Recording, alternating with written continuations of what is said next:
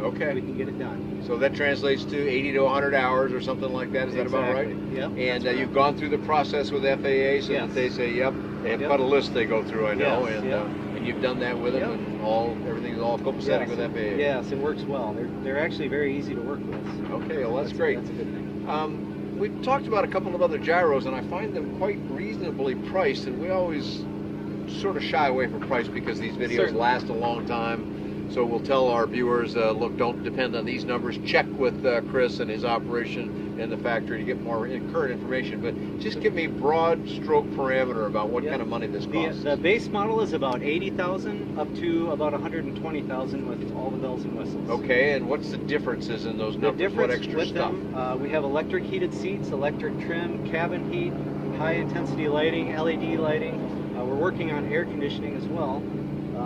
Wheel pants, different engines, variable pitch propeller, tinted windows, all the goodies. Okay, but you can get a basic machine, and that would be the are they all side by side, or does the company do? They are all side by side. Okay. This is the sport model with some of the added features with it, and the executive model is the next one up. I see. Okay, and that has more bells and whistles. Exactly, and so forth. exactly. So I told you when we first introduced ourselves to one another that I've flown 2 gyros, done some reporting on those. One open cockpit, one closed cockpit. They were both tandem. Yes. Not flown in a side-by-side. What's the difference of experience? The side-by-side has a lot more spacing. So we have space about 12 inches between each person. Okay, yeah, it's quite a broad console in between you. Yes, very good that way. And then the visibility on this is very open as well. So we have windows in the floor, the top, the sides, all the way through.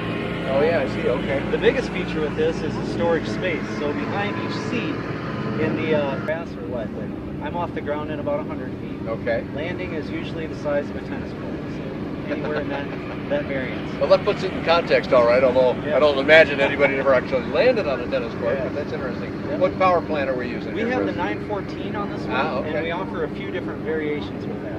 With the big board kit. So it's the 110 horsepower 912 ULS. Okay, that's the standard engine, and then the upper numbers include the 914, do they? The 914, or they have a turbine version, or not turbine, but another turbo that's 135 horsepower. Okay. So either one is the same price. And this is an experimental amateur-built aircraft, so you can have any of those engines you want. We hope FAA will eventually change their mind and get around to making special light sports available. Exactly. That'd be great. I know there's a lot of buyers that just don't want to build. Exactly. And so we'll include more people in this enthusiasm that we see all over Europe already. Yes. The biggest buyers in the world of Rotax engines today are gyroplane producers. Yeah. We know that, so there's a lot of